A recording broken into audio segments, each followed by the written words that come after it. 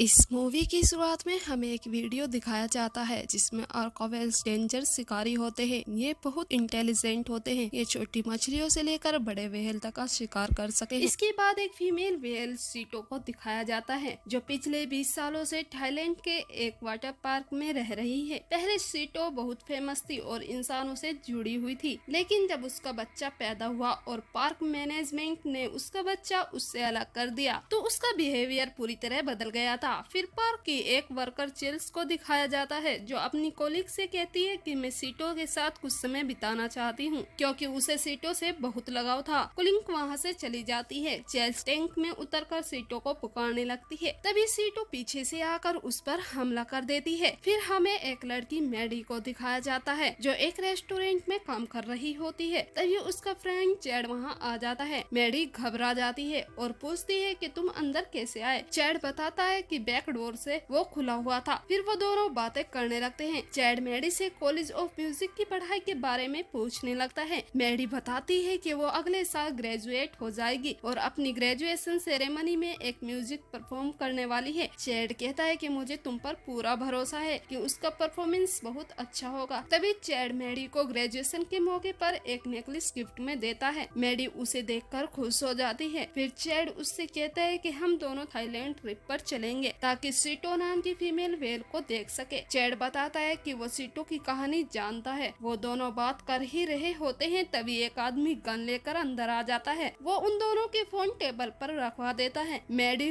डर जाती है। चैड उस आदमी को गन नीचे रखने को कहता है मगर वो चैड को एक कुर्सी पर बिठा देता है और मैडी से सारे पैसे लाने को कहता है। मैडी उसे पैसे देने लगती है। फिर वो लुटेरा मैडी से वो चेन मांगने लगता है जो चैड ने मैडी को दी थी। मैडी चेन उतार कर दे देती है। तभी चैड उस आदमी पर हमला कर देता है। तभी उनके बीच गन से एक गोली चलती है जो मैडी के कान के पास से गुजरती है। दर्द होने से मैडी अपना कान पकड़ लेती है। उसके बाद चैड उस आदमी के कंधे पर गोली चला देता है। फिर वो आदमी वहाँ से चला जाता है। चैड मैडी को वो चैन उठाकर दे देता है, लेकिन वो आदमी चैड को अपनी कार से उड़ा देता है जिससे चैड की मौत हो जाती है। एक साल बाद मैडी अपने घर में दिखाई जाती है जो आईने के सामने खड़ी होती है। उसके कान में एयर डिवाइस लगी होती है। तभी दरवाजे पर कोई आता है। मैडी दरवाजा खोलती है तो वो देखती है कि ट्रिस उससे मिलने आई है। दोनों एक साल बाद मिलती है। मैडी उसे देखकर खुश हो जाती है। फिर मैडी काम पर जाने की तैयारी करने लगती है मगर ट्रिस उससे कहती है कि तुम ऑफिस से कुछ दिन की छुट्टियां ले लो। ट्रिस उससे कहती है कि मैंने थाईलैंड के 7 दिन की ट्रिप बुक कर ली है। वो मैडी का पासपोर्ट ढूंढने लगती है और मैडी अपना सामान पैक करने लगती है तो उसे चैड के साथ अपनी कुछ पिक्चर दिख जाती है। वो उदास हो जाती है और चैड को याद करने लगती है। ट्रिस मैडी से कहती है कि तुम पास्ट को भूलकर अपनी लाइफ में आगे बढ़ो। फिर वो दोनों थाईलैंड पहुंच जाती है। वहाँ वो एक लग्जरी होटल में रुकती हैं। मैडी खुश होती है और ट्रिप के लिए ट्रिस को थैंक्स कहती है। ट्रिस कहती है कि तुम हमेशा खुश रहो। फिर वो दोनों समुद्र के किनारे टहलने जाती है। वहाँ उनकी मुलाकात एक फूल बेचने वाली से होती है। ट्रिस मैडी के लिए फूल खरीदती है और एक स्टेचू भी लेती है जिसमें फीमेल व्हेल बनी होती है। तभी वो मैडी को सरप्राइज देती है। वो कहती है कि हम दोनों सीटो नाम की फीमेल व्हेल देखने जाएंगे मगर मैडी ये सुनकर उदास हो जाती है और समुद्र की तरफ चली जाती है। ट्रिस उसके पीछे जाती है और कहती है कि मुझे लगा कि तुम ये सुनकर खुश हो जाओगी। मैडी उसे बताती है कि सीटो के बच्चे को वाटर पार्क के मैनेजमेंट ने उससे दूर कर दिया था। ट्रिस उससे माफी मांगती है। फिर ट्रिस छुट्टी एंजॉय करने के लिए कुछ नया सोचने लगती है। वो मैडी को लेकर जोसराम के लड़के के पास आती है। वहीं मैडी की नजर एक वाटर पार्क के प्रमोशनल पोस्टर पर पड़ती है जहां सीटो रहती है। जोस को सीटो की पूरी कहानी के बारे में पता था और उसे ये बिल्कुल पसंद नहीं होता कि सीटो पिछले 20 सालों से वाटर पार्क में अकेली कैद है। वो पार्क मैनेजमेंट को लालची बताता है जो सीटो को परेशान करके उससे पैसे कमाते हैं। ये कहते हुए जोस पोस्टर को मैडी और ट्रिस के सामने फाड़ देता है। फिर जोस उन्हें बताता है कि वो लोग रात में चुपके से वाटर पार्क में घुसकर सीटो को फ्री में देख सकते हैं। फिर वो तीनों रात को चुपके से वाटर पार्क में पहुंच जाते हैं। मैडी जल्दी से सीटो के पास जाती है। जब सीटो उसके करीब आती है तो मैडी उसके चेहरे पर एक स्कार देखती है। मैडी जोस और ट्रिस को भी सीटो को देखने के लिए बुलाती है। जैसे ही वो पलटती है तो वहाँ टैंक में एक क्लीनर की डेड बॉडी दिखाई देती है। ये देखते ही मैडी की चीख निकल जाती है। वो जोस और ट्रिस को आकर सब बताती है। तभी उन्हें सिक्योरिटी गार्ड देख लेता है। वो तीनों भागने लगते हैं। गार्ड भी इनके पीछे भागने लगता है मगर वो तीनों वहाँ से भाग भाग जाते हैं। गार्ड तुरंत वायरलेस पर मैनेजमेंट को खबर कर देता है। अगले दिन मैडी बीच पर सो रही होती है। ट्रिस उसे जगाती है और बताती है कि जोस ने एक सरप्राइज प्लान किया है। जोस उन्हें जेट स्की पर बैठाकर एक आइलैंड पर ले जाता है। आइलैंड की खूबसूरती देखकर मैडी हैरान हो जाती है और पूछती है कि वहाँ कोई क्यों नहीं आता है। जोस बताता है कि यहाँ पर कई एक्सीडेंट हो चुके हैं, इसलिए लोग यहाँ पर नहीं आते हैं। इसके बाद मैडी धूप सेकने के लिए पानी में एक फ्लोटिंग ट्यूब पर लेट जाती है। जोस ट्रिस को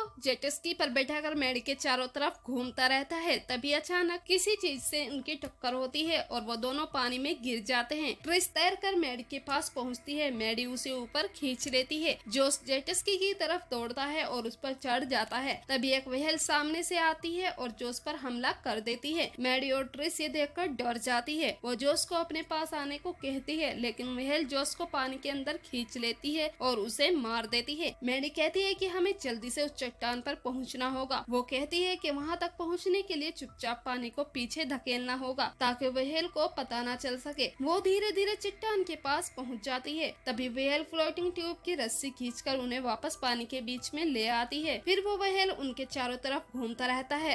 अचानक व्हेल पानी से बाहर निकलकर उन्हें देखता है और फिर नीचे चला जाता है। यहाँ मैडी को पता चल जाता है कि ये व्हेल सीटो ही है। वो सोचती है कि सीटो वाटर पार्क से बाहर कैसे आई। इस बीच मैडी ट्रिस को शांत रहने को कहती है। उनके पास सिर्फ एक ही रास्ता है, हमें पानी में तैरकर उस चट्टान तक पहुंचना होगा। ट्रिस इस बात से बहुत डर जाती है। मैडी उससे कहती है कि हमारे पास कोई दूसरा ऑप्शन नहीं है। ट्रिस मान जाती है और पानी में कूदकर तैरना शुरू कर देती है। ट्रिस चट्टान तक पहुंच जाती है। फिर मैडी अपना बैग ट्रिस के पास फेंकती है, लेकिन उसका बैग पानी में गिर जाता है। ट्रिस जल्दी से उसके बैग को पकड़ लेती है। मैडी भी पानी में कूदने वाली होती है। तभी सीटो फ्लोटिंग ट्यूब की रस्सी को खींचकर उसकी हवा निकाल देती है, लेकिन मैडी पानी में कूद जाती है और तैरती हुई उस चट्टान तक पहुंच जाती है। ट्रिस मैडी को ऊपर खींच लेती है। इसके बाद मैडी ट्रिस के पैर को देखती है जो बहुत जख्मी हो गया था। मैडी अपना जैकेट उतारकर उसे फाड़ती है और उसके पैर पर बांध देती है। ट्रिस को बहुत दर्द होने की वजह से वो चिल्लाने लगती है। मैडी उसे गले से लगा लेती है। फिर ट्रिस मैडी के पैर पर भी कपड़ा बांधती है। मैडी सोचती है कि सीटो आइलैंड तक कैसे पहुंची। ट्रिस उसे याद दिलाती है कि सीटो ने जो क्लीनर को मारा था उसी वजह से मैनेजमेंट ने उसे बाहर निकाल दिया होगा। तब मैडी कहती है कि और को व्हेल आमतौर पर खुले समुद्र में इंसानों को नहीं मारती। इसका मतलब सीटो अभी खुद को वाटर पार्क में क्या समझ रही है। ट्रिस परेशान होती है क्योंकि जेट स्की भी पानी में डूब चुकी थी और उसका बैग भी उसी में ही था जिसमें उसका फोन भी था। मैडी उसे बताती है कि मेरे पास कुछ च्युइंगम है। वो कहते हैं कि मेरी ईयर डिवाइस की बैटरी भी पानी में गिर गई है, लेकिन उनके पास एक प्लास्टिक बैग है। ट्रिस कहती है कि इस बैग को धूप में कम से कम 4 घंटे रखकर पानी जमा हो सकता है। कुछ देर बाद उन्हें एक बोट जाती हुई दिखाई देती है। वो दोनों जोर जोर से चिल्लाकर हेल्प मांगती है, लेकिन कोई नहीं सुनता